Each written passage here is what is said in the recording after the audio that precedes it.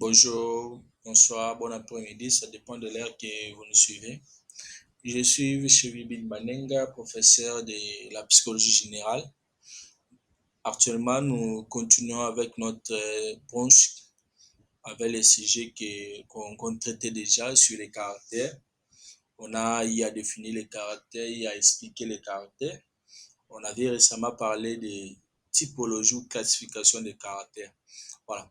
Dans cette typologie ou classification des caractères, récemment, on avait parlé sur la typologie ou la classification selon Hippocrate. Mais actuellement, nous allons maintenant parler de la typologie des Kretschmer. Lorsqu'on parle d'Ernest Kretschmer, c'est un médecin psychiatre allemand qui a établi une typologie à partir de la relation entre le somatique et le psychisme à partir de l'étude des maladies mentaux. Donc, lorsqu'on parle de somatique, nous faisons allusion au physique, tandis que lorsqu'on parle de psychisme, nous faisons allusion à l'esprit. Quant à lui, il distingue trois types physiques ou somatiques et deux types psychiques ou psychologiques.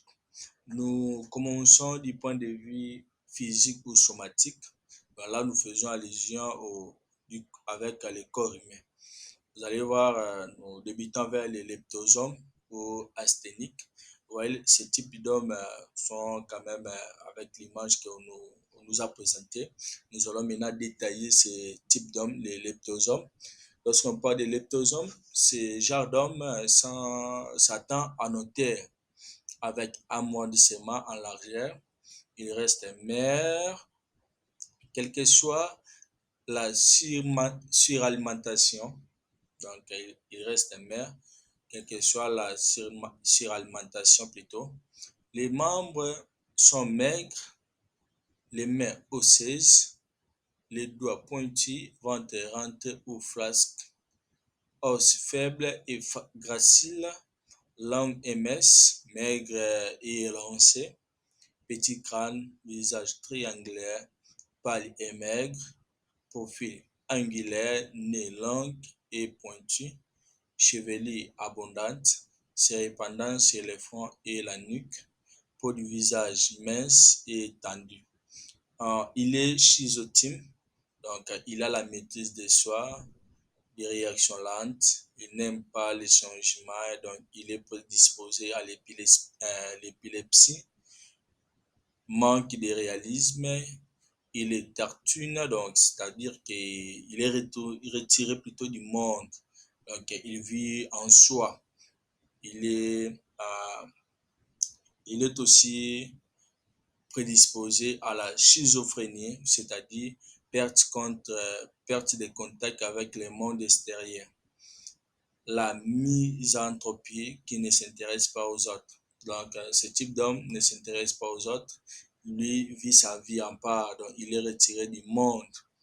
Nous passons dans la deuxième typologie. Nous allons maintenant parler des pique-niques. Les pique-niques sont courts ou trapus, gros au visage, mou correspondant au cyclotype. Il est plus en largeur qu'en hauteur. Sa taille est moyenne. Les crânes, le thorax et l'abdomen sont développés en largeur. Apparence lourde, visage plein, mais ossature fragile. La forme générale du corps se présente comme un tonneau sympathique et dolu. Il est cyclotype, un individu à humeur versatile, donc cela veut dire qu'il change souvent les humeurs, il n'a pas de point fixe, il est tour à tour débordant d'enthousiasme et faiblement excité par les situations nouvelles. Chez lui, les traits comme la camaraderie, le sens social et la projection sur autrui sont fréquents. Bref, il est humoriste, tranquille, joyeux, sociable et aimable. Adaptation facile, sens de la réalité concrète. Il est prédisposé à la psychose maniaco-dépressive caractérisée par l'altération de la conscience de soi, d'autrui et le sens de la réalité de l'aliénation. Nous devons retenir ceci, les termes schizoïde et cycloïde qualifient les caractères de l'individu légèrement déviant. Schizotype et cyclotype renvoient au caractère normal qui s'y apparente. Voilà. Euh, nous allons voir l'image. Vous voyez, c'est ça, les pique-niques. Ils sont courts, costauds aussi. Voilà. Sans plus tarder, nous allons passer par la troisième typologie. Là, nous allons parler de la clétique ou visquée. Nous sommes toujours du point de vue somatique. Lorsqu'on parle de la clétique, sont forts et costauds, musclés, type intermédiaire, mais aussi explosif. La tête forte et haute avec un cou dégagé, les bassins et les jambes forts, une taille souvent au-dessus de la moyenne.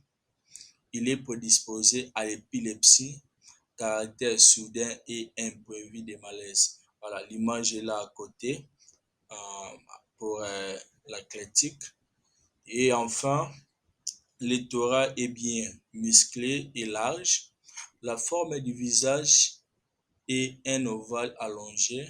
Il est schizotype, type intermédiaire, de caractère tranquille mais qui peut parfois exploser.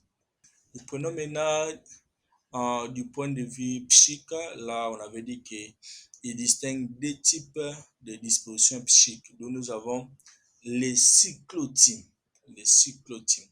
Lorsqu'on parle de cyclotypes, sont de nature peu compliquée, tout en surface et d'humeur changeante.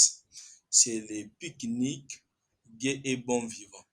Tournés vers le monde extérieur, ouverts et très sociables, naturels et spontanés, heureux de vivre, réalistes, humoristes, chaleureux ou chaleur amicale, cœur sur la mer, éclat de colère, sans rancune, aime la nourriture, la boisson et les jolies femmes.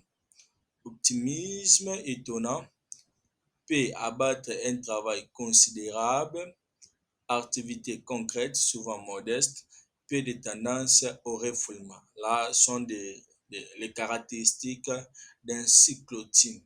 Pour clore, mes amis, nous allons maintenant prendre le deuxième point où nous allons parler des schizotypes. Les schizotypes. Nous sommes toujours dans la classification des Kretschmer, mais nous sommes du point de vue euh, psychologique. Là, nous prenons le deuxième point, les schizotypes. Les schizotypes sont tournés vers son monde intérieur, renfermé et peu sociable. Donc, c'est le contraire de ce que nous venons de parler, renfermé et peu sociable. Freine ses sentiments, se pose des questions idéalistes, socratique, ricaner, tendance à la froideur, à la rancune et à la vengeance. Apprécie peu les joies extérieures de la vie. A souvent peur des femmes, pessimisme, activité abstraite, fréquemment orgueilleux, tendance au refoulement et au complexe, nature plus compliquée et plus problématique aux dispositions. Les pique-niques sont généralement cyclotypes, tandis que les leptosomes et les aclétiques sont plutôt schizotypes. Donc, ça, c'est ça ce que nous allons retenir.